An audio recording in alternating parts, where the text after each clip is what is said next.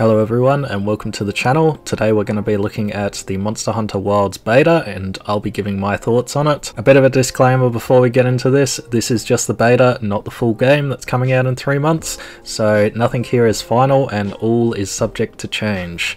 I also need to apologise. In the character creation, in the heat of the moment, I made a goth girl. This was one of the default choices, so please don't blame me too much, but anyway, let's jump into this. I'm not going to comment on the story here because, yeah, it is just the beta and obviously we don't get a full scope of what's going on. This might not even be like the beginning of the game that we get, so I don't know. It feels a lot like Monster Hunter 4 though, like being in the desert and saving someone. But anyway, I want to talk about what hits you first, and that being the graphics. I honestly didn't think there would be much of an improvement from World, however I was dead wrong. This is absolutely beautiful. They've amped it up next level. It is stunning. I kind of wish that they hadn't have dropped us in a desert biome so that I could get a better look at like what's to come, but obviously they want to save that for when the game actually comes out, understandably. But as for deserts goes, this looks very, very good. And of course, you know, when a desert storm hits, it looks beautiful, and then when an actual storm hits with thunder and lightning, man, it's absolutely amazing, and every bit of detail here that you could ask for is there. And now I've got very high hopes for the other biomes and what's to come, because keep in mind this is a beta, so the graphics could be even better by the time this comes out.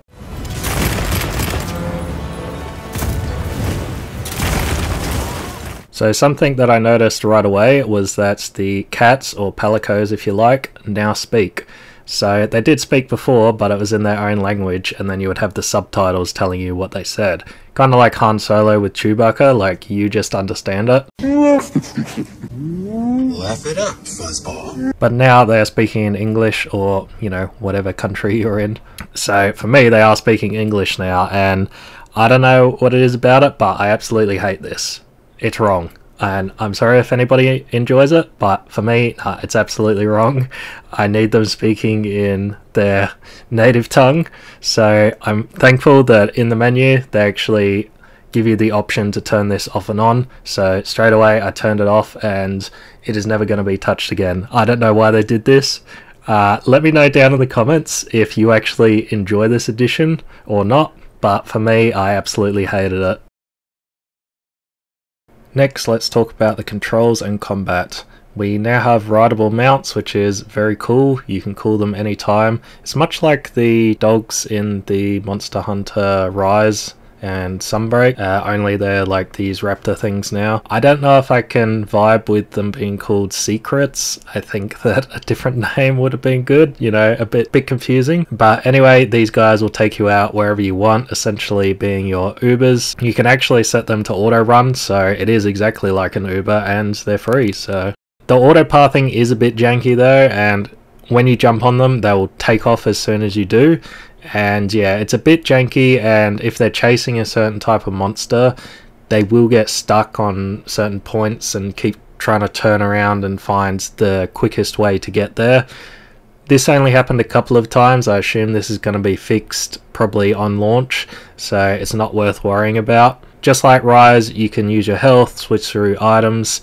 However, what is different is you can now carry a second weapon. Now, this is a complete game changer. My only disappointment with the mounts is they didn't keep the Palamuts from Rise, which I know a lot of people didn't like Rise, so maybe they thought it'd be better to switch them out and deter some confusion.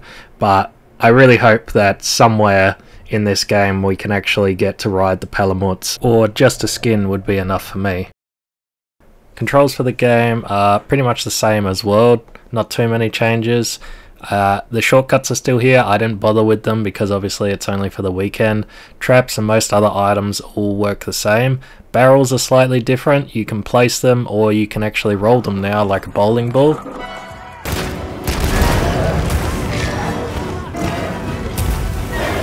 You no longer need to run alongside a plant or a bug to pick it up. All you need to do is press it when you're nearby and your sling will pick it up for you. It's super nice and feels very good, and considering how much you're going to be riding around in this game, it was a very smart decision to do this. You unfortunately still need to mine the same way though. Now to the combat. Well, it's about the same as nearly all the Monster Hunter games, which is probably what you should expect, and I don't think anybody wants this change whatsoever. I tried a few weapons here, but not all of them. Heavy bowgun is my love, and it feels great here as you would expect. It does have a couple of new features though. Daggers are about the same as you would probably expect. I played Gunlance in Rise, and here I found it super slow and hard to use. But in Rise I could also zip around, so maybe that's why I enjoyed it there a bit more. Probably more my problem than what world players would be used to using Gunlance. Hammer I haven't used before, and I'm thinking that it's going to be my permanent second because I absolutely love this thing. But someone tell me the logic of why it needs to be sharpened, because it gets too blunt. Also tried Longsword, and this is the only one where I found something wrong. I couldn't put my finger on it, but it feels very odd. I use this in World like all the time, but here I don't know, there's something different about it and I couldn't put my finger on it. But yeah, I didn't use it all that much after that. Maybe someone in the comments could let me know and share your thoughts. I didn't try Insect Glaive, but my friends tried it, and I must say I felt a little bit sorry for the monster watching him get Ted a new one with both of them flying around. Speaking of monsters, they are everywhere and sometimes they completely cover the map. It is really awesome to see. They also have grades to them now, so from a 1-star through to a 4-star grade, and you'll notice the difference when you are fighting them. A 4-star is very different to a 1-star. This is a really nice addition so that when you are fighting the same monster, you can fight a different grade and it will feel different.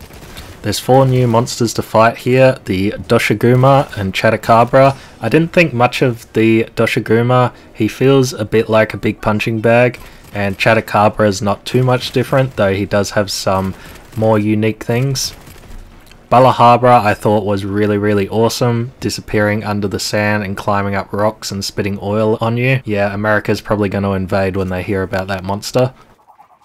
Of course, the standout for everyone and everyone's favourite was Raydou, a lightning dragon with a railgun for a face. What more could you ask for? He was the hardest and best fight of the beta, and with all the effects around him, it looks absolutely fantastic.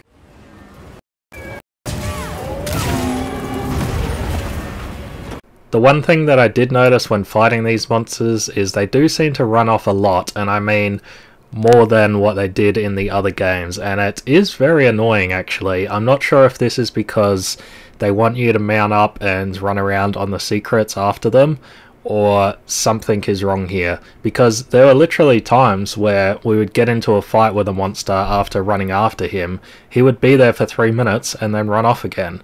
So yeah, I assume this is probably going to be fixed at launch or shortly after, but it definitely cannot stay like this. Now the one thing that I would say does need to be fixed, and it's always been like this in Monster Hunter games, that being the multiplayer. I don't know why it's so hard for Monster Hunter to just make it easy to jump into a game with your friends, but they always make it harder than it needs to be. So this time around we have like servers with 100 people in it. I assume this is so that people can jump into your monster fights a lot quicker if you just want randoms in. However, if you want to join in with your friends, there is a second layer. They need to be in the same server and then jump into your party. I can't remember what it was called, but it is something weird. Again, I don't know why it needs to be this hard. Just simplify it. Just let us jump into a server with our friends, see our friends there, and possibly jump into the game. Or just don't have that at all. Just let us join each other. So I really don't think this is going to be fixed on launch. This is probably going to be something that is permanent for the game, which, yeah, again, I am pretty disappointed. It just needs to be way more streamlined and way more easier. Like, please Monster Hunter, just look at what everybody else does with multiplayer and please just make it that simple. I will say the one upside to having these big servers with all these people is in the hub you get to see everybody running around, and that is really cool because this is something we've not had in a Monster Hunter game before, besides going into the other hub areas. But this seems like every hub will be constantly filled with people, which is really cool to see all these other people playing and also their armors and what they've done with their characters. So I did really like that. Joining with randoms seems pretty seamless though, and I'm assuming it is because of that 100 server thing. Now I'm going to wrap it up here, and some other things that I'd like to note is the health bar. I really like how when you are low health, it'll come up with a red bar and it'll be like freaking out. If you get hit again, like you're going down. So that was really cool, and it's very nice to have that so you know when the heck to get out of there. I am very conflicted on this one last thing, and that is the cooking. I've always enjoyed, and everybody that I've spoken to has really enjoyed sitting down at the base and having the Palico cook you a meal. This is my #1 favorite thing in World, in Iceborne. It wasn't as good in Rise with the Dungos, but I still appreciated it. Here they seem to have cut out that middleman, so you now cook for yourself, and you can essentially cook while you're out in the field, which is nice. While I do like this cutscene here of us cooking, please don't take the Palico cooking away from us. I don't want it in the game, I need it. So please tell me that this will be in Wilds and I'll still be happy. Of course, the cutscenes for cooking look absolutely fantastic. I believe there was only 2. There's one of you cooking meat and one of you cooking lettuce here. Looks absolutely spectacular, and there's a couple of other things that look pretty good as well in this game. Anyway guys, this has been my brief review of the Monster Hunter Wilds beta. I hope you've enjoyed it. Please leave your thoughts and comments down below. Please leave me a like, and if you're new here, please hit the subscribe button. I'm River Raven, and I'll see you guys on the next one.